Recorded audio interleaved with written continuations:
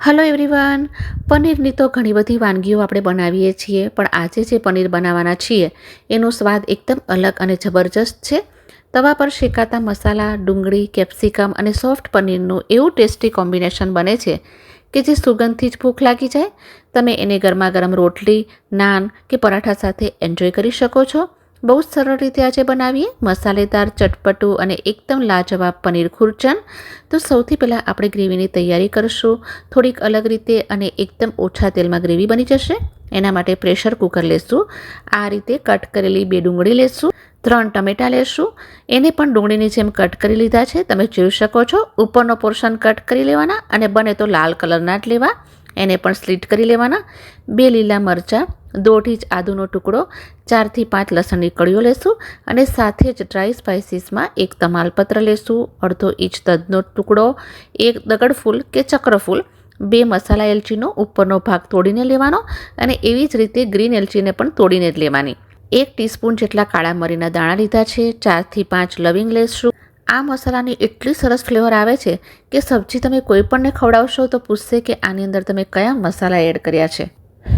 અને હવે અહીંયા 2 ટેબલસ્પૂન કાજુ કે 2 ટેબલસ્પૂન મગજતરીના બી લેશું. બેમાંથી કોઈ પણ એક લેશો તો પણ વાંધો નથી અને બંને એડ કરો તો પણ ચાલે. અને કોથમીરની સ્ટેમ લેશું, એનાથી બહુ સરસ ટેસ્ટ આવશે. હવે 1 કપ જેટલું પાણી ઉમેરી પ્રેશર કુકરનું લીડ બંધ કરી 3 વિસલ મીડિયમ ફ્લેમ પર કરશું. 3 વિસલ થઈ જાય પછી કુકરનું પ્રેશર રિલીઝ કરીને ચેક કરશું તો એકદમ સારી રીતે બધી જ સામગ્રીઓ બફાઈ જશે. એમાંનું જે પાણી છે એ આપણે બધું કાઢી લેશું અને એનો આપણે યુઝ ગ્રેવીમાં કરશું. અને જે આપણે આખા ડ્રાય સ્પાઇસીસ એડ કર્યા છે એને ડિસ્કાર્ડ કરશું. હું આમાં મરી, લવિંગ અને લીલી એલચી રહેવા દઈશ. જે ઇઝીલી પીસાય ને એને તમારે ડિસ્કાર્ડ કરી નાખવાના. એની ફ્લેવર ઓલરેડી પાણીમાં આવી જશે. હવે આ બધી જ વસ્તુઓને ગ્રાઇન્ડિંગ જારમાં એડ કરશું અને એકદમ સ્મૂથ ગ્રેવી રેડી કરશું. અને આ બધી જ સામગ્રી ઠંડી થઈ જાય પછી મિક્સિંગ જારમાં એડ કરવાની.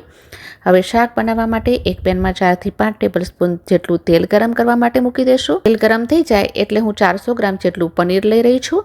બંને પનીરના ક્યુબને તેલ ગરમ થઈ જાય એટલે એને ફ્રાય કરવા માટે મૂકી દેશું. બધી જ સાઈડથી ગોલ્ડન થઈ જાય ત્યાં સુધી ફ્રાય કરવાનું.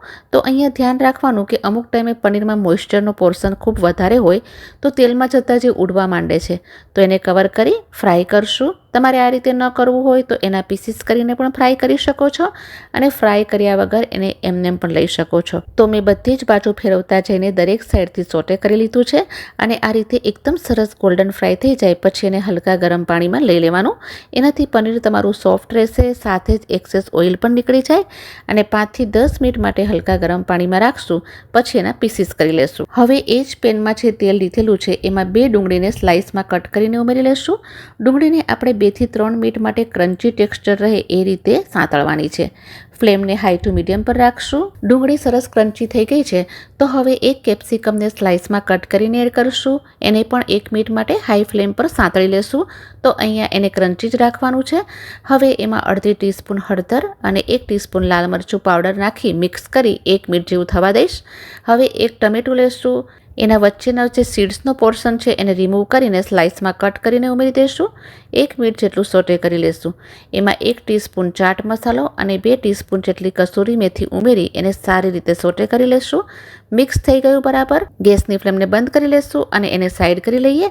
આ પનીર ખુરચન થોડું અલગ થશે બધી જ પનીરની સબ્જી કરતાં. હવે એક પેનમાં 3 થી 4 ટેબલસ્પૂન તેલ એડ કરશું અને એમાં 1/2 ટીસ્પૂન હળદરનો પાવડર, 1 ટીસ્પૂન જેટલો લાલ મરચાંનો પાવડર, 1/4 ટીસ્પૂન જેટલી કસૂરી મેથી ઉમેરીને સ્લો ફ્લેમ પર એને મિક્સ કરી લેશું. તરત જ એમાં આપણે જે ગ્રેવી બનાવીએ એ લઈ લેશું.